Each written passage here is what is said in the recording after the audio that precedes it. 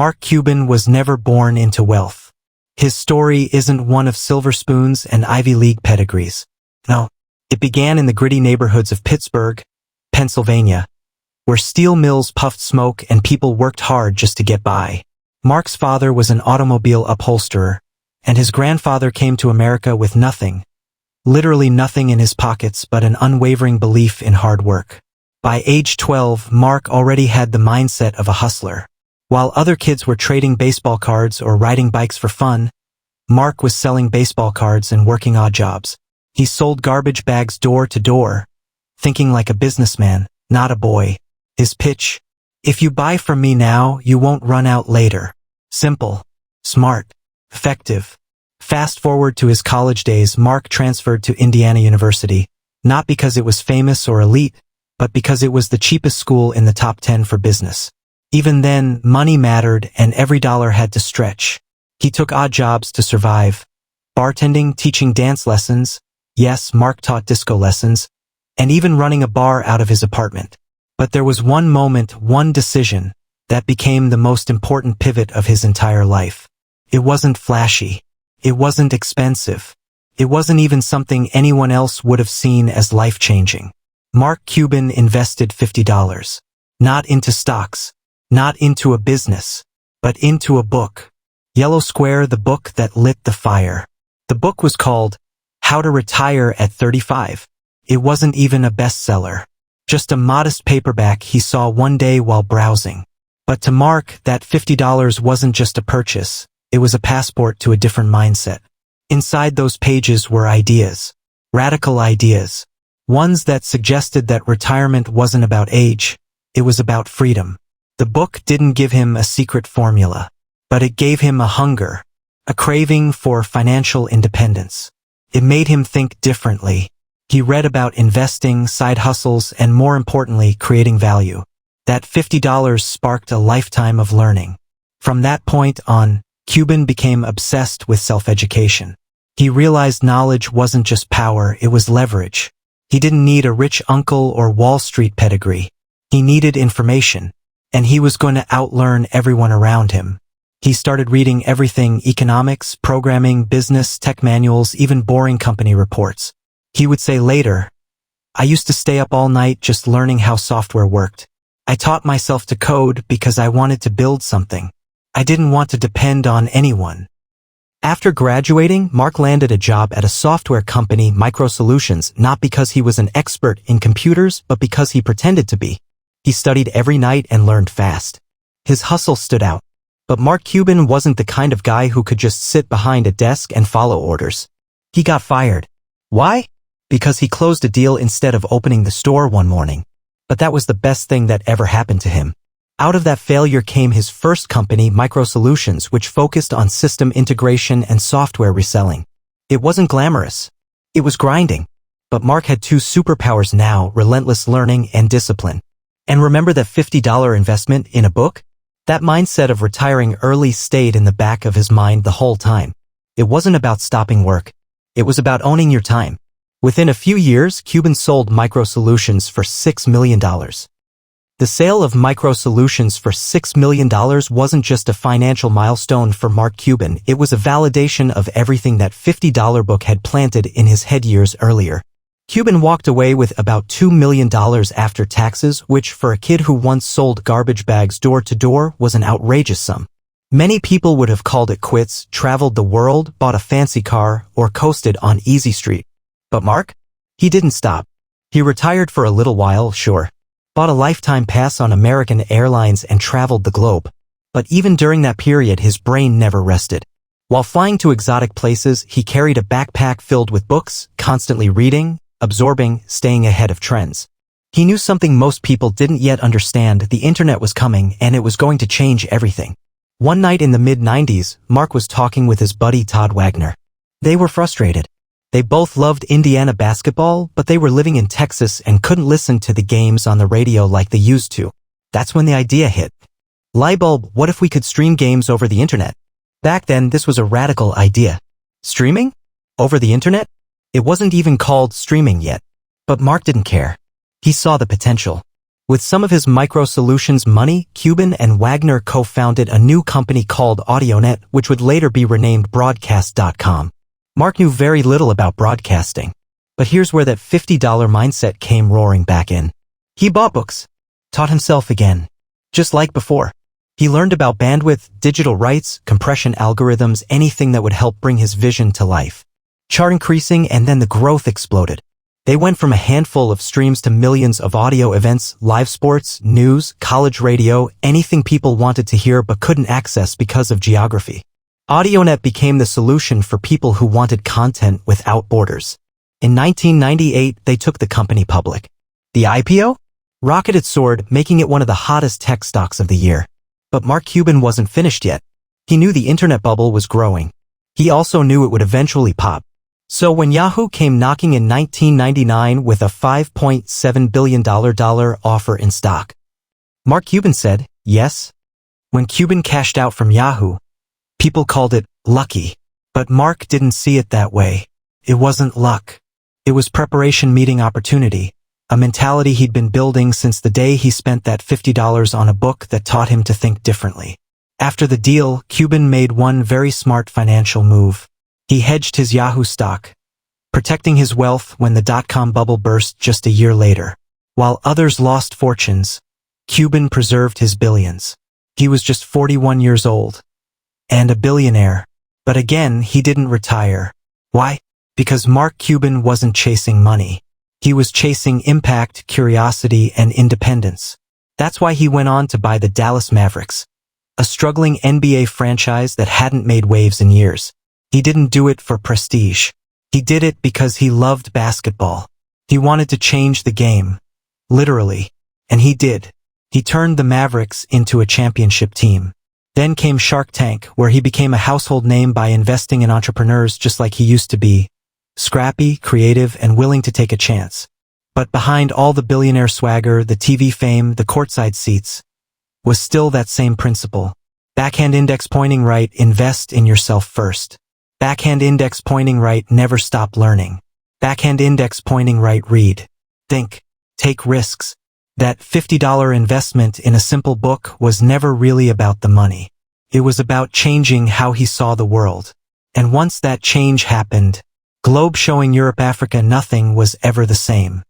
Mark Cuban often says, I worked harder and smarter than the next guy, and I was relentless.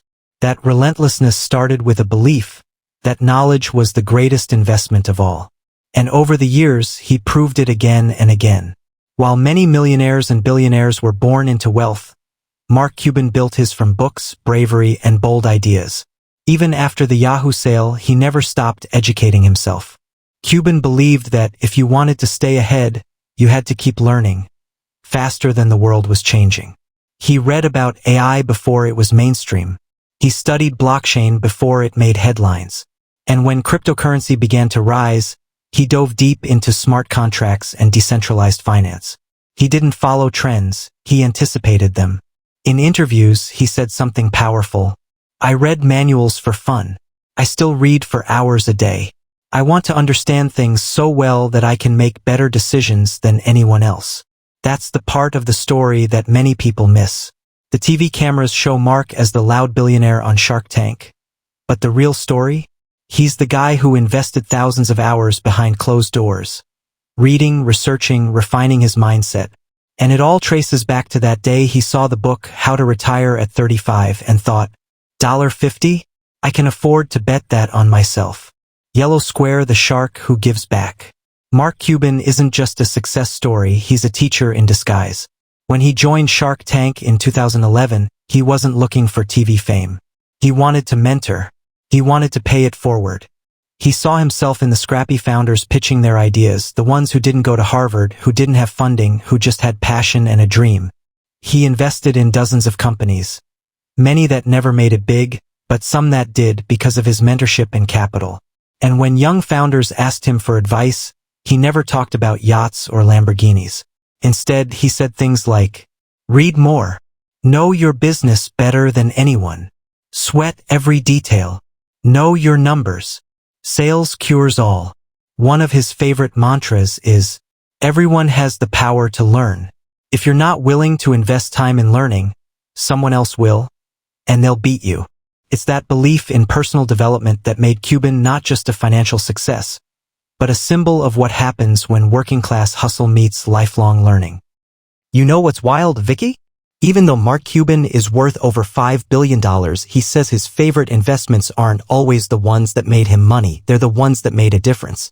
Like when he launched the Mark Cuban Cost Plus Drug Company, a revolutionary project to lower the cost of prescription drugs in the U.S., cutting out middlemen, negotiating directly, and bringing affordable medicine to people who needed it most. He didn't do it for headlines. He did it because he could. Because he believed that doing good business meant doing good, period. That same mindset comes from the belief planted by that $50 book. When he read about financial independence all those years ago, Cuban didn't just picture a yacht and a beach. He pictured freedom.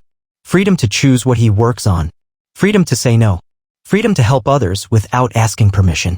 He never stopped preaching the gospel of ownership.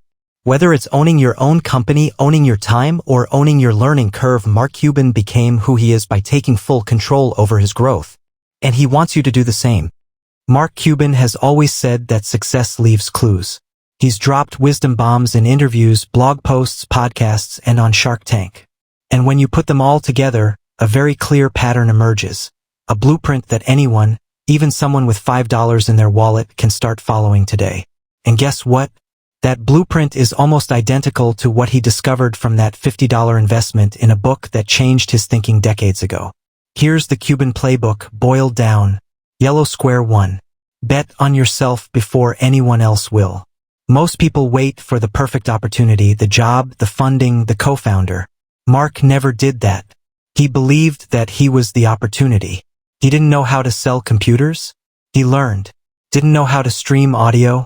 He learned. Didn't know how to run an NBA team? He learned. He didn't let ignorance stop him. He used it as a roadmap for what to learn next. Blue square 2. Be a learning machine. Mark once said, "The best investment is sweat equity and knowledge." He didn't spend $50 on a book just to feel good. He read it, reread it, applied it. That $50 returned thousands of dollars in value before he ever made a dime in business. Even today, with billions in the bank, he reads hours every day. Business books, tech articles, AI papers, government policy, healthcare studies. Because Cuban knows, the moment you stop learning is the moment you start losing. Green square 3. Hustle with integrity. Cuban hustled hard. But he never did it by stepping on others. He didn't scam, he didn't cut corners.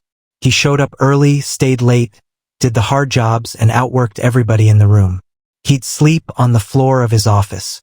He'd sell software during the day and install it himself at night. He delivered real value to his clients, and that's why they stayed. That kind of hustle doesn't go out of style.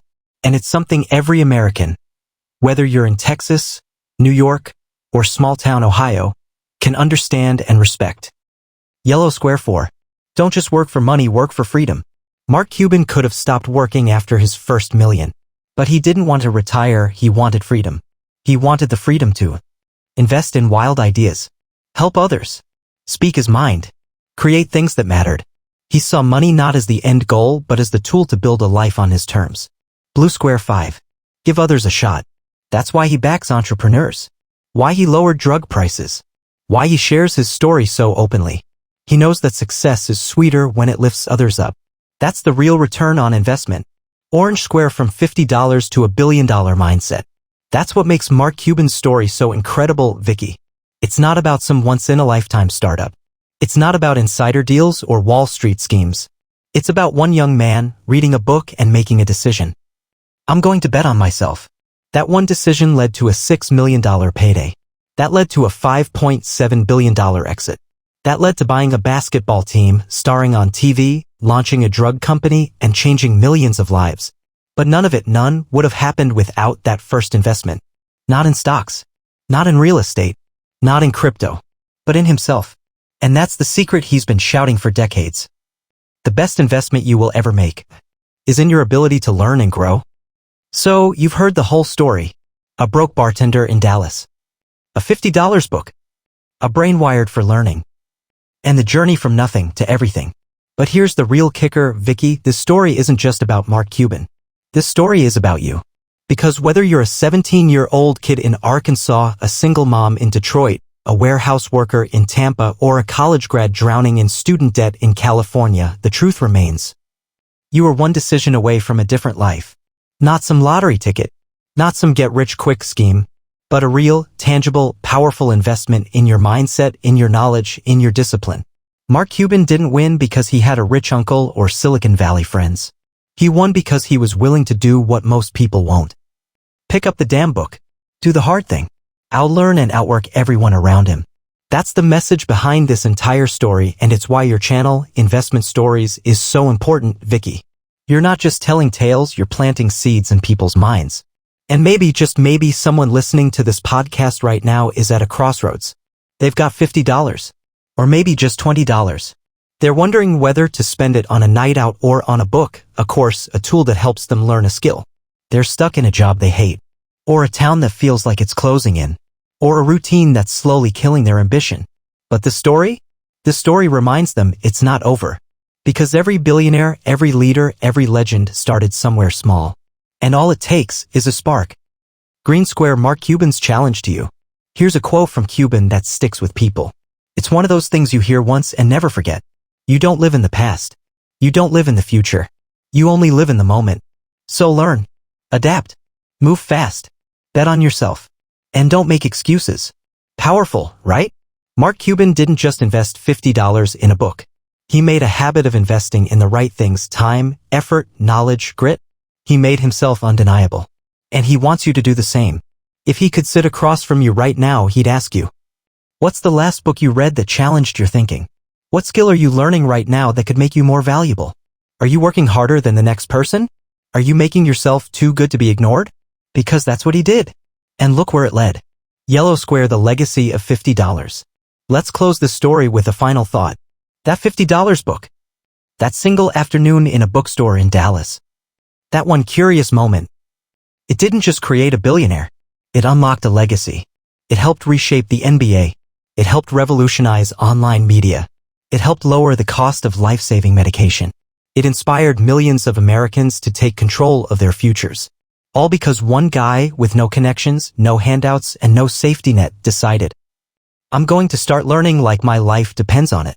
And that's the smartest investment Mark Cuban ever made.